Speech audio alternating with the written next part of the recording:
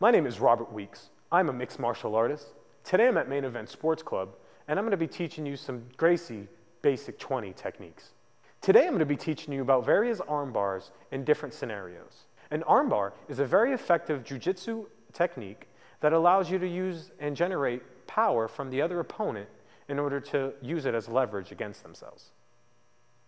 In this scenario, from a stand-in position, you'll see that when an opponent goes to strike me, that I will counter his strike and then use his strike power against him and then effectively lock his arm in a standing arm bar.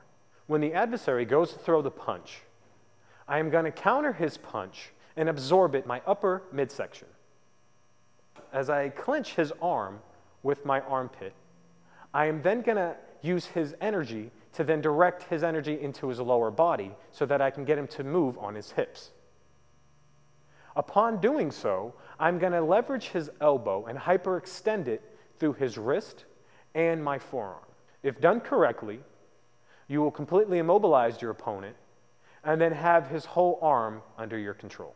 The next arm bar I'm going to show you is from the defensive position, where the opponent already has you on your back. As you see here, when I'm already on my back and I have my adversary already in an attacking, advancing stage, I'm going to be looking for him to throw his punch. As soon as I see that he's getting ready to throw a punch, I'm going to throw my lead leg over that shoulder immediately. As soon as I can lock in that leg, I'm going to then go to grab his arm and wrist. As soon as I can lock both his arm and wrist, I'm then going to clinch on with my legs and then hyperextend his elbow, like so. If done correctly, I will take my aggressive opponent from an advancing aggressive stage to a defensive posture, and also I'll be in control of his main artery in his arm and circulation to it. The next technique I'm going to show you is a Kimura from the side mount. This is a very effective tool because it allows you to use the leverage of the opponent's arm against them. When advancing in this stage, you want to make sure from the side mount that you can put your pelvic bone right to the chin of your adversary. Upon this, you will have it so that the adversary can no longer move his upper body or major portions of his lower body. From this position, you're going to want to look to establish wrist control.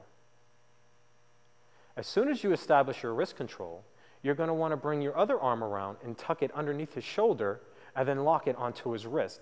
So you've actually created a vice point between his wrist and his forearm. Now, as soon as you can do that, you're going to want to bring your opponent to his side. Once you bring him to his side, he's going to instinctively try to push his hands in front of him and to his chest. At this point, you should already have the lock in tight enough where all you have to do is bring it from in front of his chest to the back behind his chest. Keeping it behind his chest will always keep his arm elevated and hyperextended.